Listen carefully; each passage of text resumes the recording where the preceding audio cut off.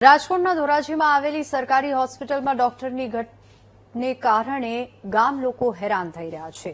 સરકારી હોસ્પિટલમાં નાના બાળકો માટે આઈસીયુ વિભાગ તો બનાવવામાં આવ્યો છે, પરંતુ હોસ્પિટલમાં બાળકોના ડોક્ટરના અભાવે આઈસીયુ ધૂળ ખાઈ રહ્યું છે. હોસ્પિટલમાં બાળકોના કાન, નાક, ગળાના ડોક્ટર, ગાયનેક ડોક્ટરનો અભાવ છે, જેને કારણે લોકોને જૂનાગઢ કે રાજકોટ સુધી ધક્કા ખાવા પડે છે.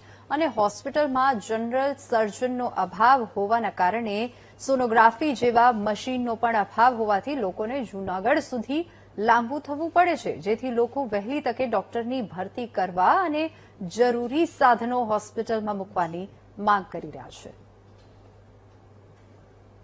બાળકોના આઈસીયુ સેન્ટર અહીંયા ખૂબ સરકારી હોસ્પિટલ ધોરાજી ખાતે ખૂબ લાંબા સમયથી બનીને કમ્પ્લીટ થઈ ગયા છે, પરંતુ આજ દી સુધી કોઈને સવલતમાં આવે એવા નથી. એનું એકમાત્ર કારણ છે કે આજ દી સુધી ડોક્ટરોના જે એક્સપર્ટ ડોક્ટરો જોઈએ બાળકોના આઈસીયુ સેન્ટર માટે એ આ લોકો નથી મળ્યા.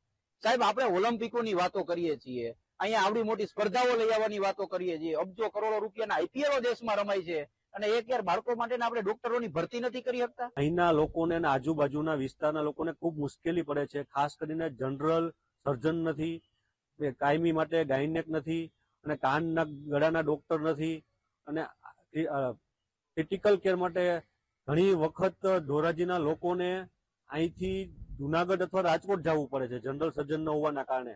ઘણી વખત સારવાર મોડી પહોંચવાના કારણે દર્દીને ખૂબ મોટી ગંભીર મુશ્કેલીનો સામનો કરવી પડી રહ્યો છે, અને સોનોગ્રાફી જેવા કિસ્સામાં પણ જુનાગઢ ધક્કા ખાવા પડે છે. અમારી હોસ્પિટલ ખાતે વર્ગ 1 ની કુલ 4 જગ્યાઓ ખાલી છે.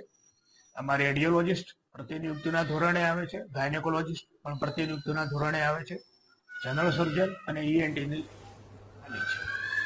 અમારું જે જૂના બિલ્ડિંગમાં સરકારશ્રીના પીઆરવી દ્વારા અમને રિનોવેટ કરી અમને પોઝિશન સુપ્રત કરવામાં આવેલ છે.